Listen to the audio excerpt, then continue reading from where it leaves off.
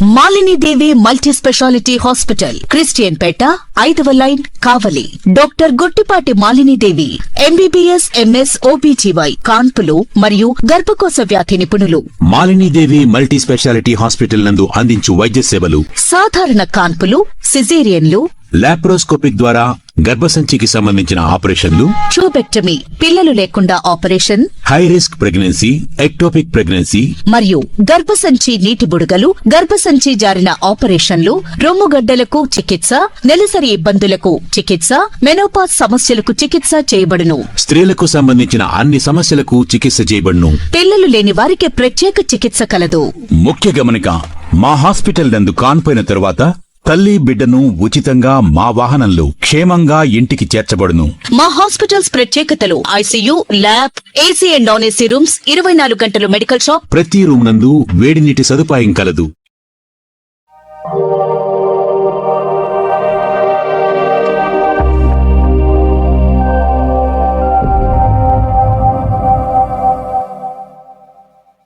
Welcome to CMD news. నా పేరు కామాక్షి. ముందుగా నేటి వార్తా విశేషాలు.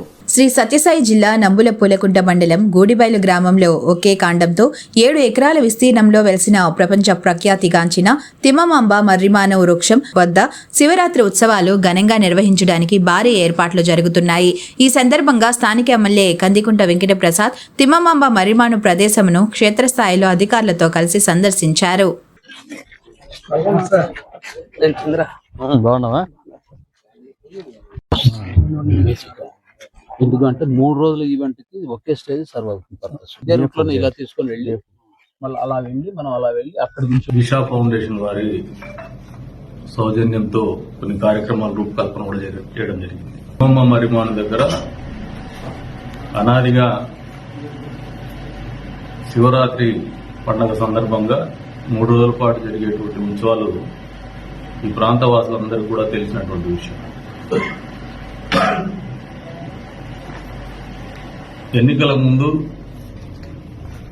యువగలం కార్యక్రమం సందర్భంగా లోకేష్ బాబు గారు ఈ ప్రాంతానికి వచ్చినప్పుడు ఒక టూరిజం సర్క్యూట్ ఇక్కడ ఏర్పాటు చేస్తామని చెప్పేసి మాట ఇవ్వడం జరిగింది. అందులో భాగంగా పెద్దెల్లంపల్లి దగ్గర 600 కిలోమీటర్ స్టోన్ పైలాన్ కూడా నిర్మించడం కూడా జరిగింది. ఒక నాయకుడు అంటే మా పార్టీ తరఫున వచ్చినటువంటి నాయకుడు ఇచ్చినటువంటి మాట అంటే మేమందరం ఇచ్చినట్టే. మాట నిలబెట్టుకోవాల్సినటువంటి బాధ్యత ఆ పార్టీ తరఫున ఎన్నికైనటువంటి ప్రజాప్రతినిధిగా నా మీద నిరంతరం ఉంటుంది. అందులో భాగంగానే నరసింహస్వామి వారి బ్రహ్మోత్సవాలు కావచ్చు, మొన్న జరిగినటువంటి యోగి వేమన గారి జయంతి ఉత్సవాలు రాష్ట్ర పండుగ కింద ఆచరించడం కావచ్చు, చటార్పల్లో ఈ రోజున జరగబోయేటువంటి మహాశివరాత్రి ఉత్సవాలు, తిమ్మమ్మ మర్రిమాను దగ్గర జరిగేటువంటి ఉత్సవాలు కావచ్చు, ఈ ప్రాంత అభివృద్ధికి, ఈ ప్రాంతంలో టూరిజం పెంపొందించుకోవడానికి ఉపయోగించుకోవాలనే ఆలోచనతోనే ఈ ఉత్సవాల్ని బ్రహ్మాండంగా నిర్వహించాలనే ఆలోచనతో ముందుకు వస్తున్నాం.